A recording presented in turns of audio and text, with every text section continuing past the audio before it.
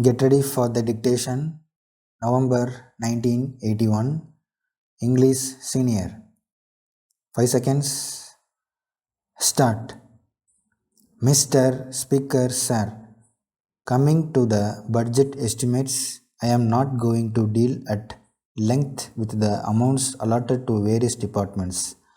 I shall deal only with the major policy of the government which should be adopted in future for the welfare of the state.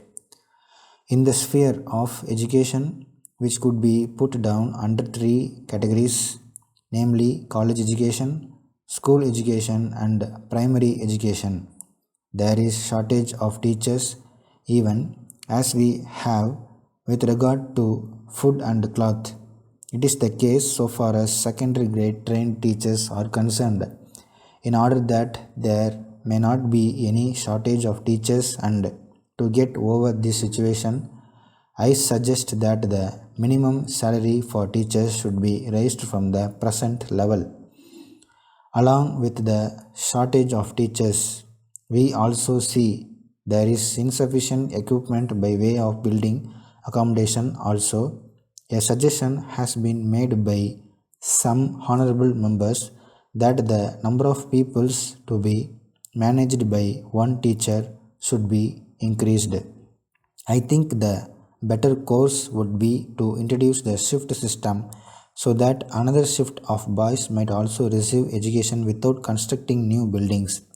In a school building which can normally accommodate 1000 students, we can have 2000 students without constructing new buildings. I made mention of this to the Honorable Minister for Education also, and I hope he will give his consideration to it. If that is adopted, we need not bother about the construction of new buildings immediately. Of course, for permanent institutions, we can construct buildings according to the convenience of the finance of the government. It may also be noted that the shift system in the matter of education is being adopted in some Western countries also. I wish to say a word about land revenue and agriculture. The river Kaveri is running through my district, Coimbatore, Trichy, and some other districts. There you have forest lands. Several departmental officers have recommended that these lands may be converted into wetlands. It is capable of producing fine paddy every season. There will be no need for the grant of any subsidy. If you only dig 4 or 5 feet, you are able to get fine water very easily.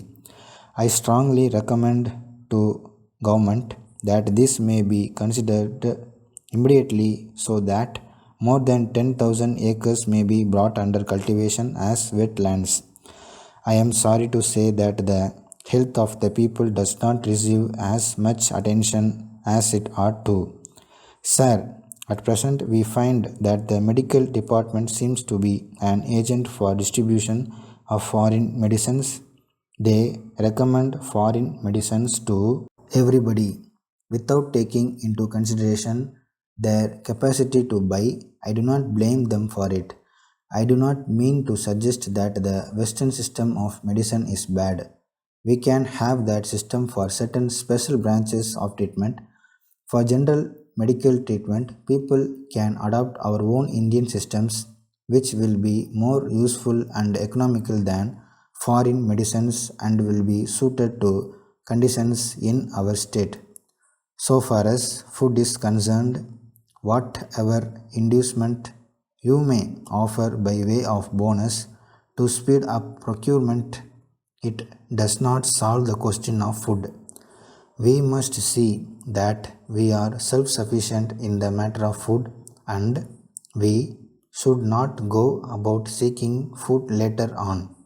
The Honorable the Minister for Agriculture said that we are now living in better times. I think it is only in better times that we should concentrate our attention on the achievement of quick results. Letter dated 28th May 1981, from the General Secretary, All India Electrical Goods Dealers Association, Madras, to the Honorable Minister for Commerce, Government of India, New Delhi. Sir, we would like to bring the following to the kind attention of the Government of India for sympathetic consideration and favorable action. It is a matter for regret that the Government of India has not so far decided to lift the ban on import of high power electric motors by the members of the association during the current year. In spite of several representations made by the association, we feel sorry to inform you that no favorable orders have so far been issued in the matter. It may be pointed out in this connection that local production of this machinery is found to be quite inadequate from time to time. Hence, we are of the firm opinion that there is no other alternative except to allow import of this machinery in order to meet the increasing demand and to bring down the prices. It is an established fact that industrialization alone can help to raise the standard of living of the people of a country quickly. In the above circumstances, we earnestly appeal to the Government of India to kindly take into consideration all aspects of the matter and pass early orders to allow import of this machinery by the members of our association. Thanking you, yours faithfully.